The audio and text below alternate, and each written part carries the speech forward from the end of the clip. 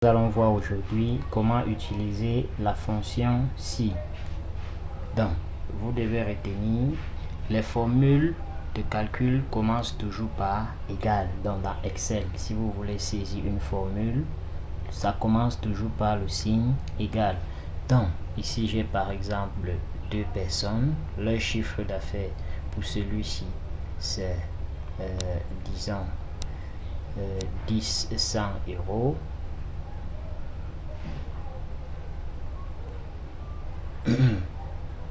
Par exemple, pour celui-ci, c'est 128 euros.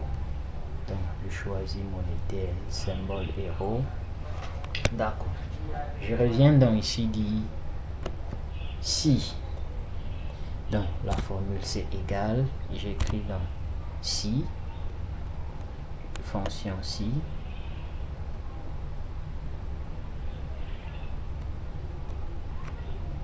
Si.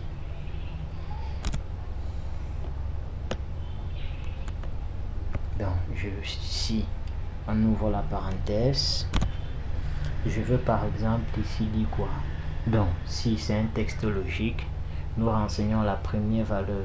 Donc, je veux par exemple dire si le chiffre d'affaires de Alex, c'est-à-dire E6, parce que c'est dans la cellule E6. Donc, si E6, mettons par exemple, égale à E7, alors se traduit par un point virgule.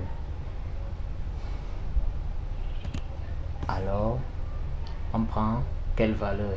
Et pour mettre la réponse, nous ouvrons les guillemets. Les guillemets, c'est sur la touche 3. Ça se présente comme ceci. Donc, si E6 égale à E7, alors on prend quoi? On prend l'un des chiffres d'affaires. Par exemple, celui-ci, c'est-à-dire la colonne. Donc, si E6 égale à E7, je décide par exemple de prendre l'un des deux. Paul par exemple. Donc, si E6 égale à E7, enlevons les guillemets. Si E6 égale à E7, on affiche l'une des deux valeurs, que ce soit E6 ou alors E7, ça sera la même chose si c'est la même valeur. Maintenant, pour dire sinon, c'est toujours point virgule. Et maintenant, si ce n'est plus une valeur, on met les guillemets. Les guillemets, c'est la touche 3. Sinon, on affiche rien. Donc, j'ouvre les guillemets et je les referme. Et je referme ma parenthèse. Donc, puisque dans les formules de calcul, c'est aussi valable pour les mathématiques. Si on ouvre les parenthèses 3 fois, on doit aussi les refermer 3 fois. Donc, une fois la formule écrite, nous mettons entrée. Donc, là, ça a exécuté ce que j'ai demandé. J'ai dit si le chiffre d'affaires de Alex est égal à celui de Paul, on affiche ce chiffre d'affaires. Sinon, on n'affiche rien.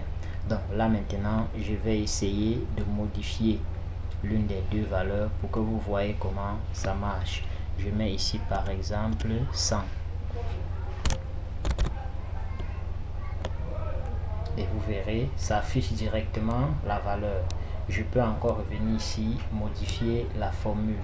Je vais par exemple dire si le chiffre d'affaires de Paul et de Alex sont les mêmes, afficher ce chiffre d'affaires. Sinon, ne rien afficher. Je vais un peu modifier la formule. Donc là, j'ai modifié le chiffre d'affaires, ça n'affiche rien comme j'ai dit. Je vais modifier la formule. Pour modifier la formule, vous venez dans la cellule, là où la formule a été écrite. Vous partez dans le brouillon. Ici, je veux modifier la formule. Je viens ici. Donc, vous partez là où il y a les guillemets au milieu. J'écris par exemple, donc si c'est différent, choisissons par exemple qui. Disons que si c'est différent, que ça nous écrive le nom de Paul, comme ceci. Je mets maintenant entrée. Et bien évidemment, ça met le nom de Paul. Donc, ça veut dire si les chiffres d'affaires sont les mêmes, ça met la valeur du chiffre d'affaires. Sinon, j'ai choisi que ça affiche le nom de Paul. Donc ça c'est un premier cas.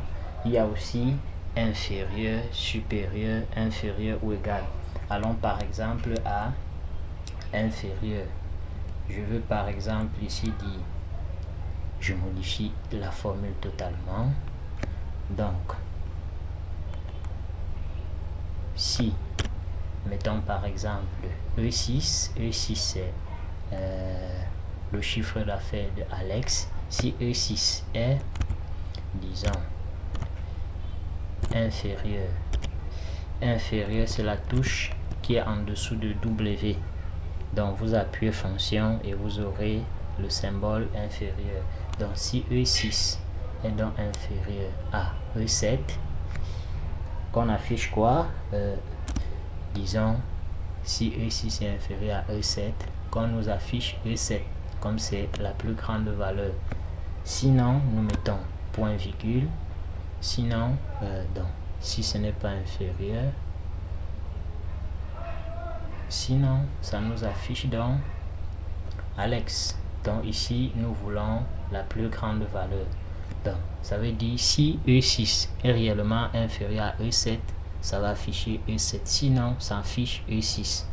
Donc, ça va de soi. Nous fermons la parenthèse, entrée. D'accord. Là maintenant, nous verrons que ça a exécuté la formule parce que E6 était réellement inférieur à E7. Donc, je modifie maintenant de telle sorte que c'est plutôt E6 qui soit supérieur à E7 pour voir si la valeur de E6 sera affichée. Je mets ici 200 pour que ce soit supérieur au chiffre d'affaires de Paul. Mettons 200, entrée, et ça change de valeur, ça met 200. Dans la formule que j'ai écrite tout à l'heure nous permet de choisir la plus grande des deux valeurs. Donc nous avons aussi les formules inférieures ou égales, et supérieures et différentes. Donc utilisons par exemple la formule différente. Je veux par exemple dire si la valeur ci est différente, différent c'est ce symbole-ci, donc c'est supérieur ou égal, les deux collés.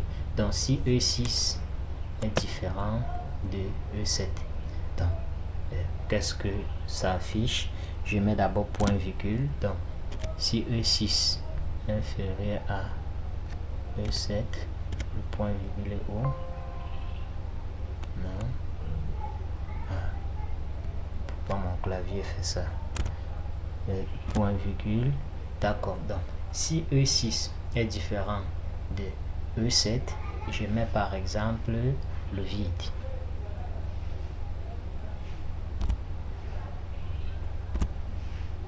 Sinon, donc pour dire si ce n'est pas différent, ça sera égal. Il n'y a que les deux conditions là. Alors nous afficher l'une des deux valeurs. Je ferme la parenthèse, entrée. Et voilà la formule. Ça a respecté parce que nos deux chiffres d'affaires ils sont différents. J'essaye de modifier ici pour voir si ça va prendre en compte. C'est-à-dire je reviens là mettre 200. 200. 200. Entrée. Ça nous met la valeur 200 parce que dans la formule le contraire c'est égal. S'ils ne sont pas différents, alors ils sont égaux. Il y a aussi inférieur ou égal, supérieur ou égal. Voyons maintenant la dernière formule. Je veux par exemple dire ici, si E6 est inférieur ou égal, voici comment on écrit inférieur ou égal, c'est ce symbole-ci. Donc si E6, c'est-à-dire cette valeur-ci, si c'est inférieur ou égal à E7, alors affichez-moi la plus grande valeur qui sera E7. Donc j'ai oublié alors c'est les points virgules, donc je dois d'abord effacer, je mets point virgule, sinon la formule ne sera pas prise en compte. Si E6 est inférieur ou égal à E7, alors affichez-moi E7, je veux la plus grande valeur. Sinon, donc, c'est-à-dire si ce n'est pas inférieur ou égal, ça veut dire c'est plus grand. Sinon, affichez-moi E6. Je ferme la parenthèse, j'appuie sur entrée. Donc là, c'est parce que c'est inférieur ou égal. J'essaye de modifier ici.